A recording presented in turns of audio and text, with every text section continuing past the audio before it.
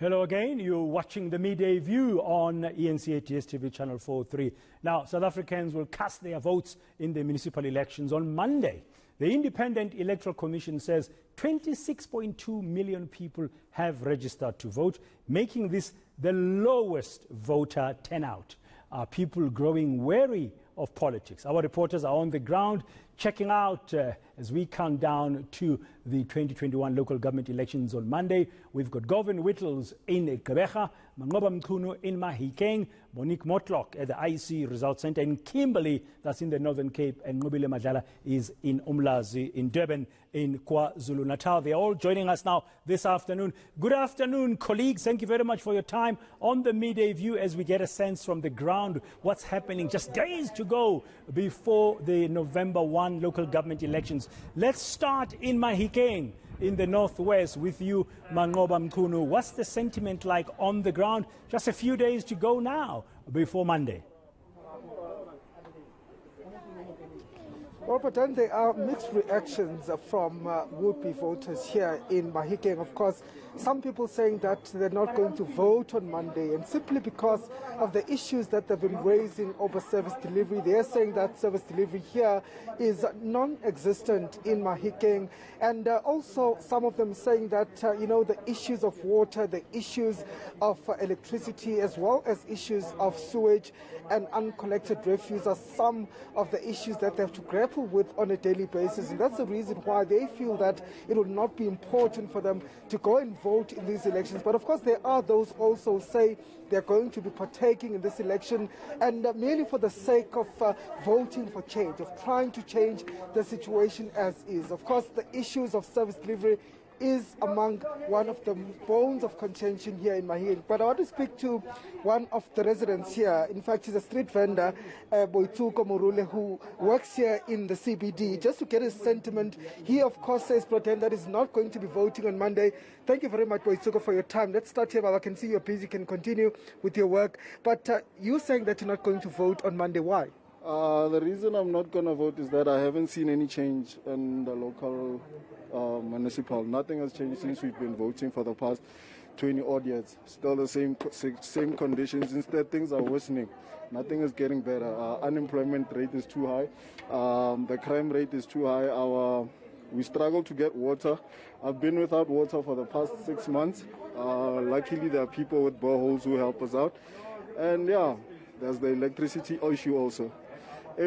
I'm sure when you drove into the town, you saw the amount of potholes that we have. So that also messes up our cars. We have to buy tires every now and then, align our cars and all that.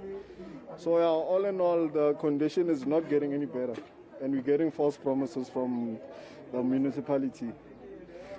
Don't you think though voting would then help to change the current situation, if at all you would be given a voice to actually choose the person that will work for this community?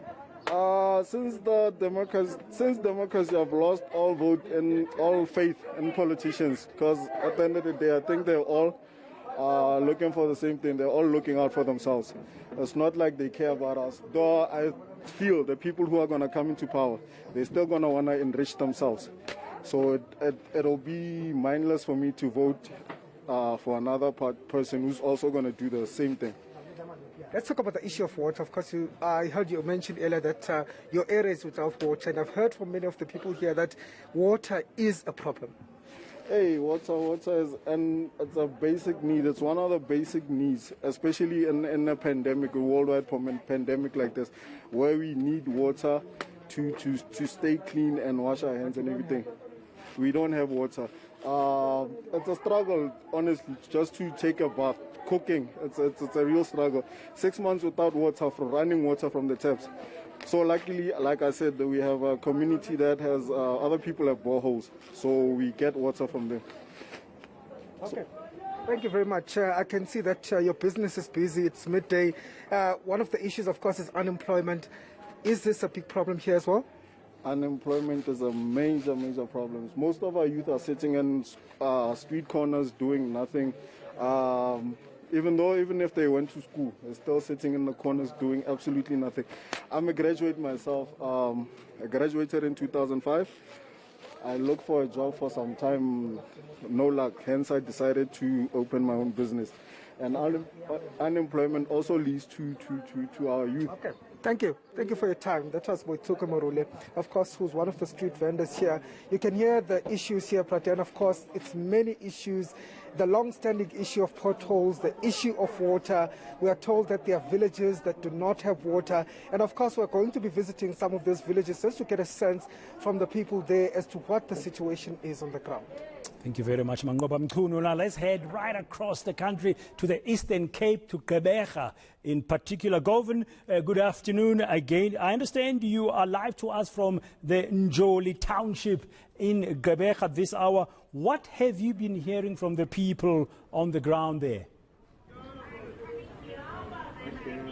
Well, I'm coming to you live from Jolie. They call it the heart of Gqeberha. I'm coming to you from a taxi rank where we've seen the ANC President Cyril Ramaphosa walking through these hallways here, through the queues. We've also seen Julius Malema trying to convince people of Njoli to vote for the EFF. And John Steenhuisen himself, accompanied by Ngaba Banga, trying to convince this constituency. It's a hugely important constituency for the victory in Gqeberha, and one that could deliver thousands of votes, particularly towards the PR proportional representative candidates. Let's speak to some of the residents right now. Ma'am, thank you so much for your time.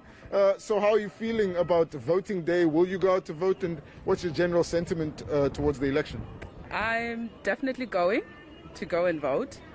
The reason I'm going to do the voting is because I just want to give everybody the chance to, everyone in the council to have a say.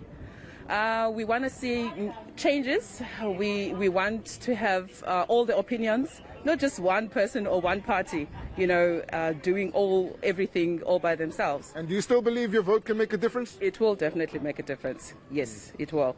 All right, thank you so much. There are more people here that we're hoping to speak to, Praten. Let's speak to Tata now as well. Tata, thank you so much for your time. So how are you feeling about the election and voting? Yeah, sifuna uvota kule veksa siyazi basibheka kwi-voting. So ke into sinqwenelayo apha eGqeberha sinqwenela okokuba zeke kube kwi-change ekhoyo. Futhi basinike imisebenzi bangasithembisi nje babefuna uvotelwa. Sibe konqi bethu bajike bangasoyi bawusawugqiba votela. Sebasinike imisebenzi ke emveni kwayo yonke le elections zakwenzeka. Sibe nethemba lento yokuba sawuphangela. Nansi into sinqwenela apha eGqeberha. Enkosi. Thank you so much. Well, that's something that we've heard before, Bradan. It's the general frustration of the people around here who are feeling like they're always getting prioritized when it comes to campaigning, but never getting prioritized when it's time to deliver and actually get the job. So much expectation, still a lot of trust in the electoral system, but people aren't sure whether or not those promises will translate into delivery. Yeah, and we're seeing this low voter registration, the lowest we've seen in a long time. That just tells you something. Let's go to Kimberley now at the IEC Results Centre in that province. Monique Mortlock is there. Good afternoon again. I wonder what the IEC there is busy doing just a few days before Monday. They are preparing the Results Centre at the moment. We were in there and it was a hive of activity. Things are shaping up. But we're just quickly catching up with Bonolo Modise, the Provincial Electoral Officer here in the Northern Cape, to find out from him how things are looking when it comes to the number of registered voters. Sir, thank you for joining us. In terms of the number of people who have registered to vote compared to other years when it comes to the municipal elections, how are things looking here in the Northern Cape? We know that this is the province with the lowest number of electorate due to the population size. Well, thank you very much for the opportunity. We had a slight increase in the number of registered voters for the 2021 local government elections. As you correctly put it, the province doesn't have a lot of people. But any increase in the number of voters on our roll, it's a number that we will always appreciate. And we've been hearing from various community members in different parts of Kimberley, mixed reactions. Some saying, I'm going to vote because I believe it's important, because it could bring about change in terms of service delivery in my area. Others saying, look, because we haven't seen a change in our area, we're not going to vote. What would your message be to those who are suffering from some voter apathy, who are not looking forward to Monday? Well, our message is always the same, that South Africans must exercise their right to vote whenever that opportunity arises. It is the same call that we are making to those who have registered to participate in this election, that on the 1st of November, they must come to the voting stations. We will welcome them, and it is a right that some of us or some of our people lost their lives in order for us to have this right to be able to vote. Thank you very much. That was Bonolo Modise, the Provincial Electoral Officer here in the Northern Cape, just sharing some sentiments, trying to get people to head to the polls. Those who we've spoken to today still unsure. Let's see if things change over the course of the few days before Monday comes. Yeah, there's going to be a lot of tidying up here and there, and everybody looking forward towards Monday. Monique Mortlock, thank you. Now, let's now go to uMlazi. That's eThekwini in Durban, Nqobile Madlala. Last but not least, can you tell us what's the sentiment like there? Looks like it's a little bit of a cloudy day as well in Durban. Well, Bradan, definitely cloudy. We've gotten a lot of rain as well whilst we're speaking to people. But yes, we have gone around eThekwini municipality, speaking to different areas, different people telling us about their worries, mainly unemployment being one of the issues that they've spoken about, businesses also needing some assistance from the politicians, saying that even though they are going out talking about local elections, they would like to see everything being implemented. So we've moved from uMlazi to Montclair. This is a small suburb, but mainly people here are middle class, and most of what they have said to us is that they're worried about the fact that there is a high crime rate in the area. But I want to bring in some of the people that spend a lot of the time in this area. Sir, you've been here for quite some time. What are you seeing that are issues? Or firstly, have you registered? Will you be voting? Yes, I'll be voting. All right. And what sort of issues are you seeing in this area? There's a high crime rate in this area. There's lots of people hanging around in shops and selling stuff and hanging and stealing from people. All right. What would you like to see happen with your vote? I'd like to see the right party come in that brings in the right policies, that the policing can improve and this thing doesn't happen anymore. All right, thank you, sir. Wena puti uyingane uzobuqala ukuvota, ngitshele nje uzizwa kanjani njengoba uzobuqala ukuvota? Mina ngizizwa ngizobe ngiright ngoba ngiqala ukuvota, ngoba ngicabanga ukuthi into yokuvota iyasiza kakhulu mime ukuthi siyavota, ngoba ekuvulela nokuthi uthole indlela zokuthi ube khona emabhukweni la South Africa, futhi ukwazi ukuthi uthole indlela ukuthi mekuvela imisebenzi ngoba sibancane sikwazi ukuthi nathi sifakwe ngeleyo nto nje ngijabulisa ngokuvota.